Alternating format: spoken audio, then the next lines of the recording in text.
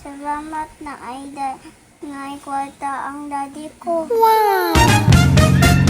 Green money. Thank you sa nagpag-grind karong adlaw. Dali guys, bani ko ninyo sa grind na to karong adlaw guys. Dili adlaw-adlaw inani. So wala matay trabaho. Ayan boy gurami, dili magsuko na tong adlaw mga boss. Magdiltag sakyanan. Kay bayin silman na tong pangwatak. Kay para maka sikad gyud sa atong pang-adlaw-adlaw pero dili gini pang-adlaw-adlaw jud ang income ni mga boss. So, kung wala kay deal karong adlaw, wala po kay kwarta. So dili gid siya nga ingon na negosyo nga grabe jud.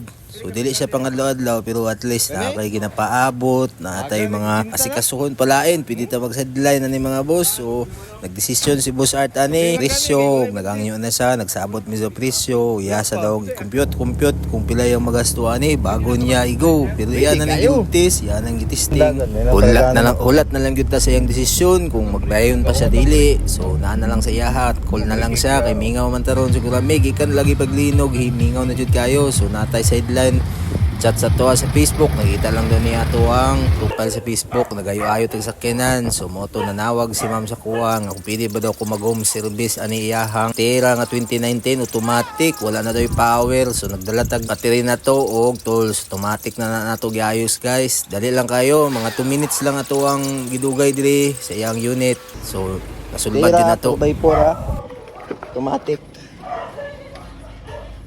Andar na. Battery lang ang issue guys. So, gutan nyo na ito mga battery. So quick lang tani mga guys, kanagi tagi paabot nga transaction karon, magdala tag welding machine. So gahapon pa ni na booking ni natay ayuhon na git. So ato na dayon giadto human nato aning tira, grind na pudta, balin tag pikas. Welding na po guys. Nagagamit. Mag-repair tag gate. Nya natay buhaton sa sulod. Sumatik na dayon tirada na to guys. Ganing gate day dati na nako ning gi-repair ni ang ligid ani natanggal kay gisipa daw ni siyang anak daw pero na okay man noon atong natarong. So ikaw nagtan-aw kani kung na kaya ayuhon di sa inyong balay basi kaya lang ako nabuhaton sa deadline pa na sayang. So mula ni salamat kayo sa pagtawag sa kuha kay naay matrabaho. Ani ato nang gitira okay na dayon. Salamat kayo. Thank you all for watching this here video.